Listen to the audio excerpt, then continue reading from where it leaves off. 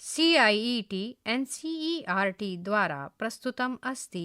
षष्ठीकक्षायाः संस्कृतस्य ध्वनिपाठ्यपुस्तकं दीपकम्। पृष्ठसङ्ख्या 45। तृतीयः पाठः। अहं च त्वं च। चित्रे एका शिक्षिका अस्ति। आसन्दिकायां केचन छात्राः उपविशन्ति। एकः छात्रः उत्थाय वदति, मम नाम भरतः, अहं छात्रः। चित्रे एकः शिक्षकः अस्ति। सः छात्रान् निर्दिशति। मम नाम गणेशः, अहं शिक्षकः। चित्रे एकः चिकित्सकः अस्ति। सः आसन्दिकायाम् उपविशति। मम नाम गौतमः, अहं चिकित्सकः। चित्रे एकः कृषकः अस्ति। हस्ते सः सस्यानि गृह्णाति। मम नाम राघवः, अहं कृषकः। पृष्ठसङ्ख्या 46। चित्रे एका शिक्षिका अस्ति। केचन छात्राः सन्ति। एका बालिका उत्थाय वदति, मम नाम मेनका, अहं छात्रा। चित्रे एका शिक्षिका अस्ति। सा बालकान् उद्बोधयति। मम नाम प्रियंवदा, अहं शिक्षिका। चित्रे एका चिकित्सिका अस्ति। सा आसन्दिकायाम् उपविशति। पृष्ठभागे मानवमुखस्य मस्तिष्कस्य च चित्रमस्ति। मम नाम सुमित्रा, अहं चिकित्सिका। चित्रे एका सैनिकी अस्ति। सा वदति, मम नाम राधिका, अहं सैनिकी। पृष्ठसङ्ख्या 47। पुल्लिङ्गम्। त्वं कः? चित्रे एकः सैनिकः। त्वं कः? अहं सैनिकः। चित्रे द्वौ सैनिकौ। युवां कौ, आवां सैनिकौ। चित्रे बहवः सैनिकाः। यूयं के, वयं सैनिकाः। चित्रे एका बालिका अस्ति। सा निर्दिशति। एकः गायकः अस्ति। त्वं कः? अहं गायकः। चित्रे द्वौ गायकौ स्तः। युवां कौ, आवां गायकौ। चित्रे बहवः गायकाः। यूयं के, वयं गायकाः।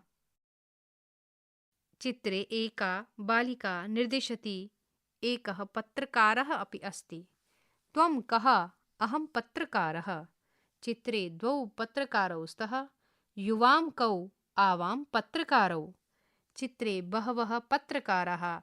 यूयं के, वयं पत्रकाराः। एकः बालकः निर्दिशति। एकः पाचकः अपि चित्रे अस्ति। त्वं कः? अहं पाचकः। युवां कौ, आवां पाचकौ। यूयं के, वयं पाचकाः। पृष्ठसङ्ख्या 48। स्त्रीलिङ्गम्। एकः पुरुषः निर्दिशति। चित्रे एका गायिका अपि अस्ति। त्वं का? अहं गायिका। चित्रे द्वे गायिके स्तः। युवां के, आवां गायिके। चित्रे बहव्यः गायिकाः सन्ति। यूयं काः? वयं गायिकाः। एकः व्यक्तिः निर्दिशति। चित्रे एका तन्त्रज्ञा अपि अस्ति। त्वं का? अहं तन्त्रज्ञा। चित्रे द्वे तन्त्रज्ञे। युवां के, आवां तन्त्रज्ञे। चित्रे बहव्यः तन्त्रज्ञाः सन्ति। यूयं काः? वयं तन्त्रज्ञाः। चित्रे एकः बालकः निर्दिशति। एका नर्तकी अपि अस्ति। त्वं का? अहं नर्तकी।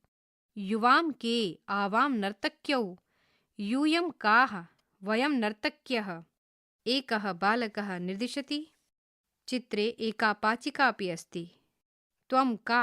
अहं पाचिका। चित्रे द्वे पाचिके स्तः। युवां के, आवां पाचिके। चित्रे बहव्यः पाचिकाः सन्ति। यूयं काः?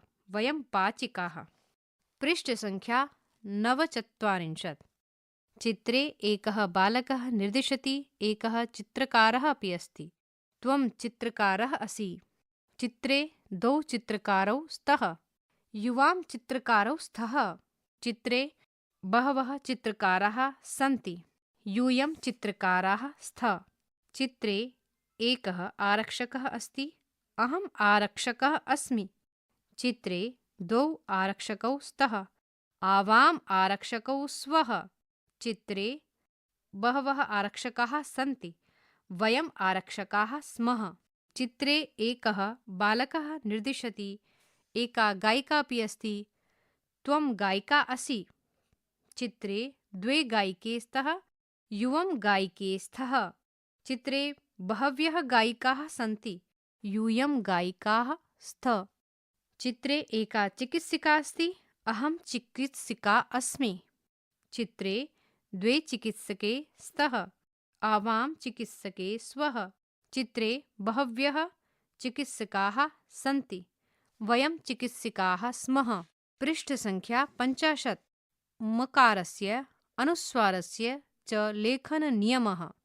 व्यञ्जनवर्णात् पूर्वं पदान्तस्य मकारस्य स्थाने अनुस्वारः लेखनीयः। यथा पुस्तकं क उपरि अनुस्वार नास्ति। पुस्तकं म हलन्त् अस्ति। वयं शब्दार्थान् जानीमः। तालिका शब्दः अर्थः हिन्दी इंग्लिश मातृभाषया अर्थं लिखन्तु। मम मदीयं मेरा ऑब्लिक मेरी माय ऑब्लिक माइन रिक्तस्थानं नाम अभिधानं नाम नेम रिक्तस्थानम् अहम् अहं मैं आय रिक्तस्थानम् आवाम आवाम हम दोनों वी बोथ रिक्तस्थानम् वयम वयम हम लोग वी ऑल रिक्तस्थानम् त्वं त्वं तुम यू रिक्तस्थानम् युवाम युवाम तुम दोनों यू बोथ रिक्तस्थानम् यूयम यूयम तुम लोग यू ऑल रिक्तस्थानम् अस्ति वर्तते है इज रिक्तस्थानम् स्तः वर्तेते दो हैं बोथ आर रिक्तस्थानम् सन्ति वर्तन्ते हैं आर रिक्तस्थानम् सैनिकः भटः सैनिक सोल्जर रिक्तस्थानम् तन्त्रज्ञः संगणकज्ञः तन्त्रज्ञ सॉफ्टवेयर इंजीनियर रिक्तस्थानम् पत्रकारः वार्ताहरः पत्रकार जर्नलिस्ट रिक्तस्थानम् नर्तकी नृत्यांगना नर्तकी फीमेल डांसर रिक्तस्थानम् रिक्तस्थानानि आत्मना पूरयन्तु। 51 तालिका शब्दः अर्थः हिंदी इंग्लिश मातृभाषया अर्थं लिखन्तु। चित्रकारः आलेख्यकारः चित्रकार इलस्ट्रेटर रिक्तस्थानम् आरक्षकः आरक्षी आरक्षक पोलिसमैन रिक्तस्थानम् चिकित्सिका चिकित्सिका वैद्या फीमेल डॉक्टर रिक्तस्थानम् छात्रः विद्यार्थी छात्र स्टूडेंट लेखकः लेखनकर्ता लेखक राइटर रिक्तस्थानम् क्रीडकः खेलकः खिलाड़ी प्लेयर रिक्तस्थानम् गायकः गायनः गायक सिंगर रिक्तस्थानम् चालकः चालकः चालक ड्राइवर छात्रा विद्यार्थिनी छात्रा गर्ल स्टूडेंट रिक्तस्थानम् द्रविणं वित्तं धन वेल्थ रिक्तस्थानम् रिक्तस्थानानि आत्मना पूरयन्तु। वयम् अभ्यासं कुर्मः। 1 उच्चैः पठन्तु अवगच्छन्तु च। त्वं माता त्वं पिता त्वं बन्धुः त्वं सखा त्वं विद्या त्वं द्रविणं देवदेव त्वम् एव मम सर्वम्। त्वमेव माता च पिता त्वमेव त्वमेव बन्धुश्च सखा त्वमेव त्वमेव विद्या द्रविणं त्वमेव त्वमेव सर्वं मम देवदेव। 2 उदाहरणानुगुणम् अधोलिखितेषु वाक्येषु पट्टिकातः उचितैः पदैः रिक्तस्थानानि पूरयन्तु। त्वं युवां यूयम् अहम् आवां वयं। यथा हे बाल त्वं छात्रः असि। क रिक्तस्थानं शिक्षकौ स्वः। ख मञ्चे रिक्तस्थानं नर्तक्यः स्थ। ग अत्र रिक्तस्थानम् अस्मि। घ सभायां रिक्तस्थानं गायिके स्तः। ङ विद्यालये रिक्तस्थानं स्मः। च वैद्यालये रिक्तस्थानं चिकित्सका असि। पृष्ठसङ्ख्या 52। 3 चित्रं दृष्ट्वा उदाहरणस्य अनुगुणं वाक्यानि लिखन्तु। चित्रे एकः शिक्षकः अस्ति। यथा अहं शिक्षकः अस्मि। चित्रे द्वौ शिक्षकौ स्तः। आवां शिक्षकौ स्वः। चित्रे बहवः शिक्षकाः सन्ति। वयं शिक्षकाः स्मः। क चित्रे एकः तन्त्रज्ञः अस्ति। अहं तन्त्रज्ञः अस्मि। चित्रे द्वौ तन्त्रज्ञौ स्तः। रिक्तस्थानं स्वः। चित्रे बहवः तन्त्रज्ञाः सन्ति। रिक्तस्थानं स्मः। ख चित्रे एकः नर्तकः अस्ति। अहं नर्तकः अस्मि। चित्रे द्वौ नर्तकौ स्तः। रिक्तस्थानं स्वः। चित्रे बहवः नर्तकाः सन्ति। रिक्तस्थानं स्मः। ग चित्रे एकः चालकः अस्ति। अहं चालकः अस्मि। चित्रे द्वौ चालकौ स्तः। रिक्तस्थानं स्वः। चित्रे बहवः चालकाः सन्ति। रिक्तस्थानं स्मः। पृष्ठसङ्ख्या 53। चित्रे एका आरक्षिका अस्ति। यथा अहम् आरक्षिका अस्मि। चित्रे द्वे आरक्षिके स्तः। आवाम् आरक्षिके स्वः। चित्रे बहव्यः आरक्षिकाः सन्ति। वयम् आरक्षिकाः स्मः। घ चित्रे एका छात्रा अस्ति। अहं छात्रा अस्मि। चित्रे द्वे छात्रे स्तः। रिक्तस्थानं स्वः। चित्रे बहव्यः छात्राः सन्ति। रिक्तस्थानं स्मः। ङ चित्रे एका गायिका अस्ति। अहं गायिका अस्मि। चित्रे द्वे गायिके स्तः। रिक्तस्थानं स्वः। चित्रे बहव्यः गायिकाः सन्ति। रिक्तस्थानं स्मः। च चित्रे एका अनुवैद्या अस्ति। अहम् अनुवैद्या अस्मि। चित्रे द्वे अनुवैद्ये स्तः। रिक्तस्थानं स्वः। पृष्ठसङ्ख्या 54।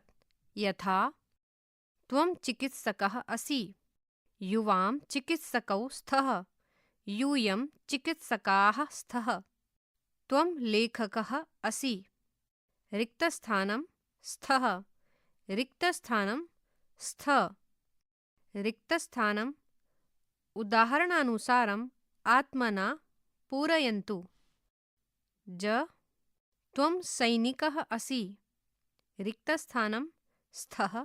रिक्तस्थानं स्थ। झ त्वं क्रीडकः असि। रिक्तस्थानं स्थः। रिक्तस्थानं स्थ। उदाहरणानुगुणं रिक्तस्थानम् आत्मना पूरयन्तु। पृष्ठसङ्ख्या 55। यथा त्वं क्रीडिका असि। युवां क्रीडिके स्तः। यूयं क्रीडिकाः स्त। ञ त्वम् अधिवक्त्री असि। रिक्तस्थानं स्थः। रिक्तस्थानं स्थ। उदाहरणानुगुणं रिक्तस्थानम् आत्मना पूरयन्तु।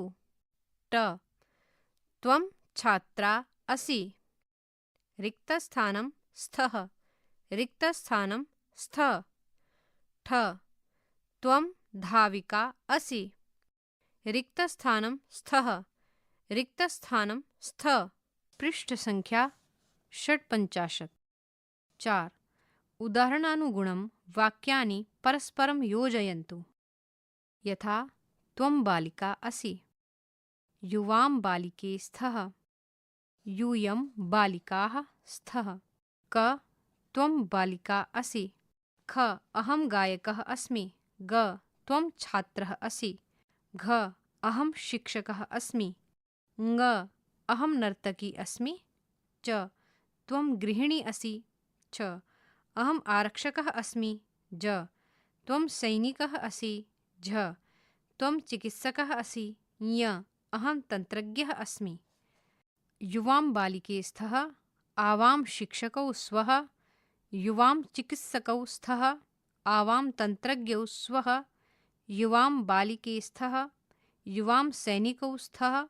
आवां गायकौ स्वः। युवां छात्रौ स्तः। आवां आरक्षकौ स्वः। आवां नर्तक्यौ स्वः। युवां गृहिण्यौ स्तः। यूयं बालिकाः स्तः। वयम् आरक्षकाः स्मः। यूयं बालिकाः स्तः। यूयं गृहिण्यः स्तः। यूयं चिकित्सकाः स्तः। यूयं छात्राः स्तः। वयं शिक्षकाः स्मः। वयं नर्तक्यः स्मः। वयं तन्त्रज्ञाः स्मः। यूयं सैनिकाः स्तः। वयं गायकाः स्मः। त्वं बालिका असि इत्यस्य मेलनं युवां बालिके स्तः।